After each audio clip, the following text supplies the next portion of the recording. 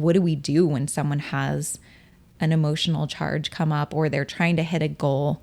A more practical process that I start with is like, let's find where the conflict is in the journey for you. Is it in the process of doing it, or is it in the process of having it? Having it would be like, if I were to be rich and it made my dad feel some sort of way, my mind might perceive that I could lose connection with that parental unit, and it would want to protect me from that, from losing connection. So my job would be to adjust that information, understanding that maybe dad might have some sort of feelings, but I would make it basically take the emotional charge of that and dial that down to a 0. The process might be how I'm thinking about doing it is too hard. One of the things that I have come to an understanding of is that, like you were mentioning, the money is not only about the practical approach of money. That's something that we all tend to think, oh, that's what it is. 2 + 2 is 4, and if you stick to that life's going to work out. And that tends to be the case. It tends not to be the case, because most of the time when people approach money like that, they tend to find themselves either overspending, underspending, feeling fearful even if their money in the bank account, because there is of course, yes, there is math to it, but the math is really for somebody that's maybe 4th grade math, maybe 8th grade math at best. It's not algebra or anything like that. It's addition, deduction, and percentages. It's something that you did very, very young. So math is not complicated there. But what is complicated there is often the belief system that we are operating from. Right. Are there a few beliefs that you have found to be tremendously helpful globally? By globally, I mean for most people. Of course, it's not going to be 100%, but for most people, you're like, if a person starts to believe this, it shifts the psychology of the person enough for them to create significant, or at least enough shift for them to have a little bit more faith towards that they could be wealthy too. I'm not a huge believer, as much as I have faith and I exercise faith in many areas of my life. When it comes to this, I find it more useful to look for evidence instead of faith, because oftentimes... By faith, I mean believing something. Sure. I didn't mean God. Right. Yeah. Well, even still, like, believing it will work out for you, right? And a lot of people have a lot of evidence to the contrary. And so that comes up and distracts people. And so what I say is look for the evidence first. So I have a funny little mantra. I like to bring a lot of like facetiousness in play to keep things feeling lighthearted around things that make big impact for people. And so I say, become a motherfucking FBI agent looking for evidence in which you're winning. And so I tell people, go search for the evidence, and you can always find it in numbers, actually. And so the area that creates a lot of suffering for people around numbers is the meaning. So I try to neutralize the meaning of it right away. And I'm like, okay, well, people use the word money, and money is equal to or anchored to safety. So I look at like, what are words that I can use to change the situation? So I look at my savings account as a trampoline account, because there's a lot of people who have belief systems around like, am I a good saver? I was told my whole life, money slips through your finger. You're not a good saver. You can't, you're not like responsible. Like responsibility was like a huge thing for me.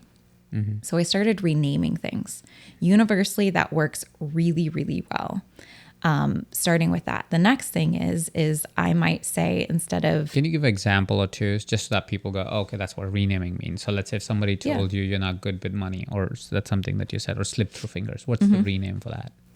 Well, it's looking for the patterns that you can find power in. So someone might say, like, you've not been a good saver before. And so I might say, go look for evidence in which you have been able to Save.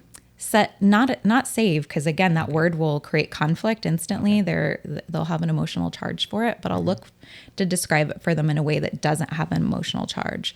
So I'll say, look, and sometimes we can look for patterns outside of money, and I'll say, think of a time in the past, mine's going to call this attention to you fairly quickly, where you had an idea for something, you applied a little bit of interest, and you're like, that's possible for me to do. Might be challenging, but still possible. Think of a time where you've applied a little bit of interest around something that was possible, but yet still challenging.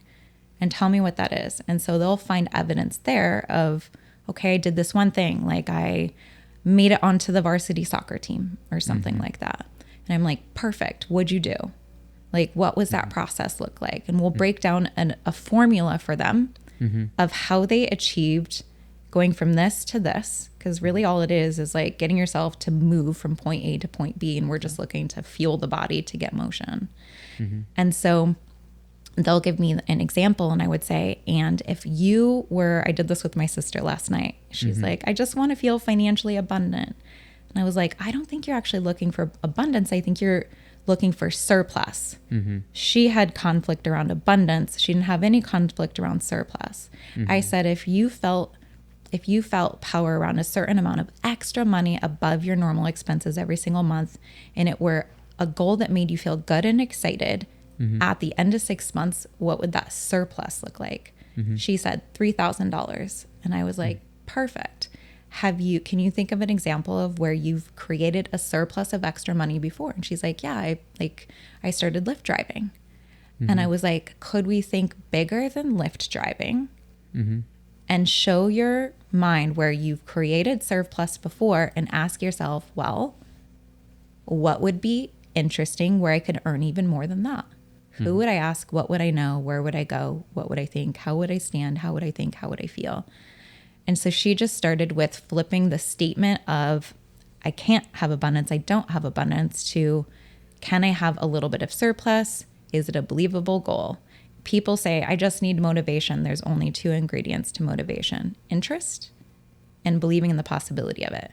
We can back it down enough to give the interest, that energy to the body, and create possibility. She went from wanting to like be a millionaire someday. I'm like, let's start smaller.